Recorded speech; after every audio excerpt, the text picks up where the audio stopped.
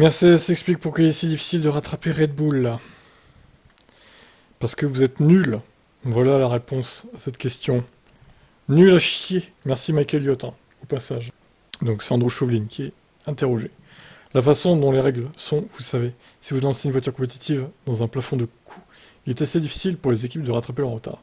Parce que si vous avez une voiture compétitive, vous n'avez pas besoin de lui faire des mises à jour semaine après semaine. Ils ont commencé avec une très bonne base. Et le fait est que notre ressource en soufflerie n'est pas très différente de la leur, et pas très différente de celle de Ferrari. Donc cet avantage de performance initiale, avec lequel vous commencez, il a diminué au fil de l'année. Mais quand vous regardez à quel point c'était à Bahreïn et à Jeddah, il est toujours difficile de l'éliminer en termes de championnat.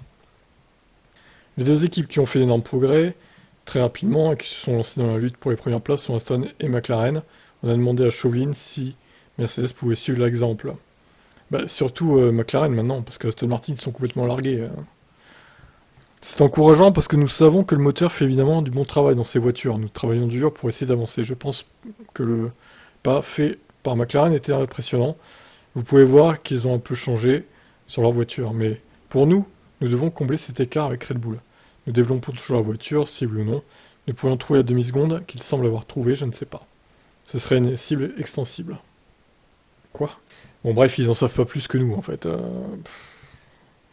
Ils vont certes continuer d'évoluer la voiture, mais au final, l'écart va très peu changer. Il va peut-être diminuer un peu, mais d'ici la fin de saison, ils seront toujours autant en retard en fait.